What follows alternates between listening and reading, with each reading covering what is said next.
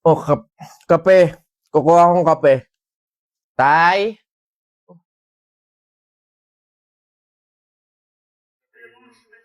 Kunin mo na, tapos check mo yung search bar. Uy, wag. Baka elamero yarn.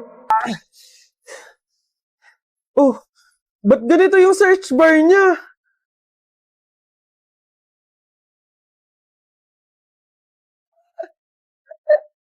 Ano to? Huh? Gustong magmukhang mayaman pero ayaw sumakit ang bulsa? I got you, Dad. Here's the Lorety Polo and Socks. 100% cotton, comfortable, stylish, and seasonless. Pwede pang everyday. Breathable na perfect sa mainit na panahon. 5 colors of Lorety Polos, 9 pairs of socks for just 300 pesos. Budget friendly pero feel premium. Worth it, di ba? Oh, ganda!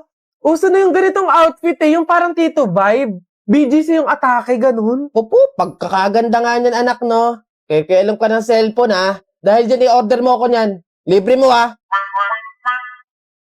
Erika, sorry Ayaw ng magulang ko na magpa-convert ako sa religion mo Okay lang.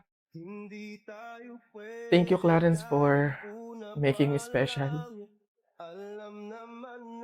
At sorry kung hindi ko kayang i-give up yung faith ko para sa'yo. Mahal na mahal kita, Erika. Kaso kasi, nire-respeto kita at yung religion mo. Naiintindihan ko naman Ang sakit lang kasi, ikaw yung taong pinili kong makasama at mahalin. Pero hindi tayo pwede. Paalam, Erika. Sa panahon na kaya na kitang ilaban, sana andyan ka pa. Hinihiling ko na sana pagtagpuin muli ng tadhana yung naputol nating pagmamahal. Hanggang sa muli, Clarence. Paalam. Ay, ang ganda nito!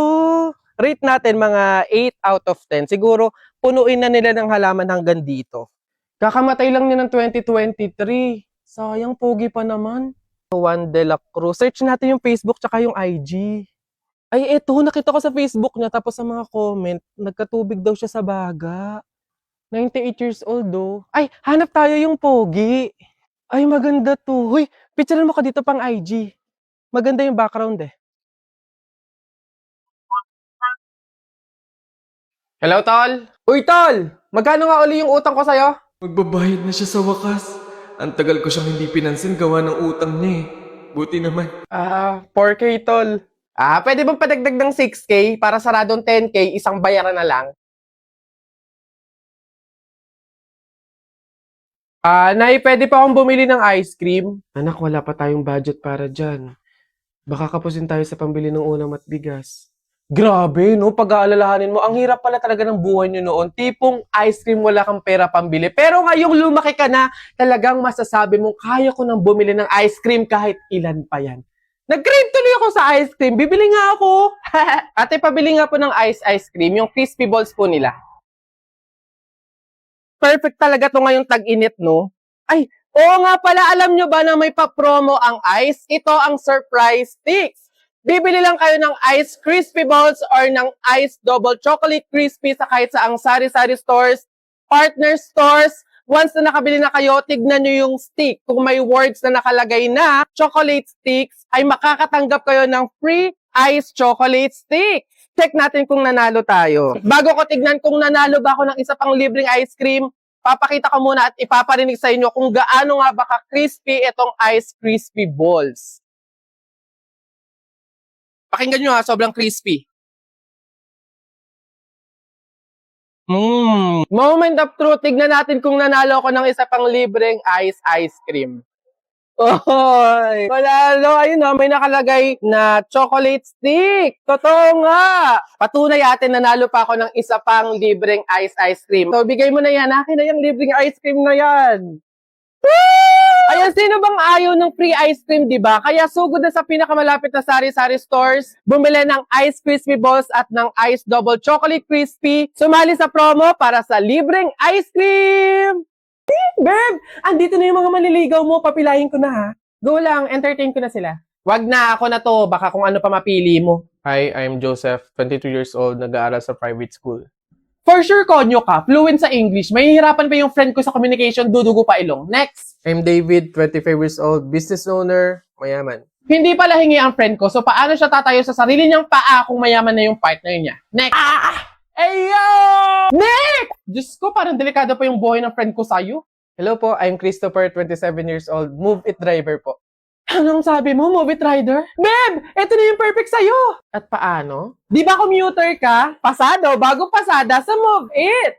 High standards ang mga riders dito. High quality naman sa rides kasi pasado sila sa clearance. 100% may documents ang mga Move It riders, lalo na sa NBI at police clearance. Pasado din sa safety at gear. 100% ng Move It riders ay tinatapos ang kanilang mandatory safety at quality modules. Gear maintenance, 99.995 of our riders are infraction-free. So ano, rides na tayo? Buka muna, papuntang puso ko. Ano ba?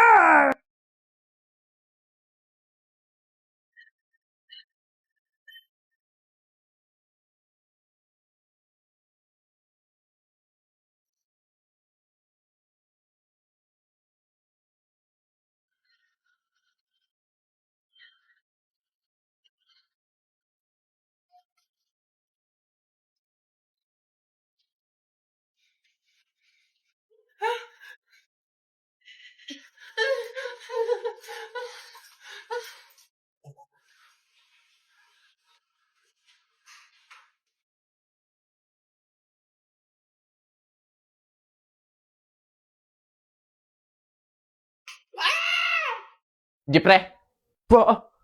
Toy, bakit po? pumarinig ka nga. Nabigay na ng teacher mo yung card mo. Ano yung F na nandito?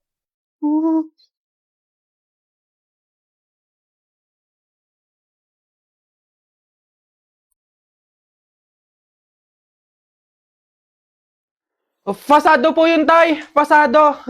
Ah, sige na, maglaro ka na doon. Kala ko perfect eh.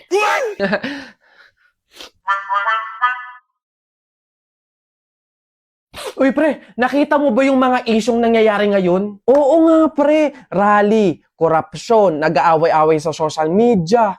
Grabe, ang lala. Di ba?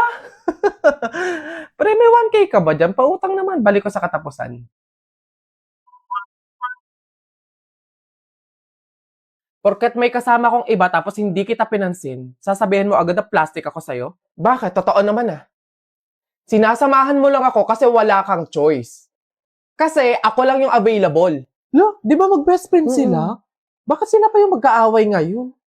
Sige, plastic na kung plastic. Eh ikaw, alam ba nila yung masama mong ugali? Di ba pumatol ka sa matanda para may pangluho ka? Bakit mo binibiring up yung mga ganyan?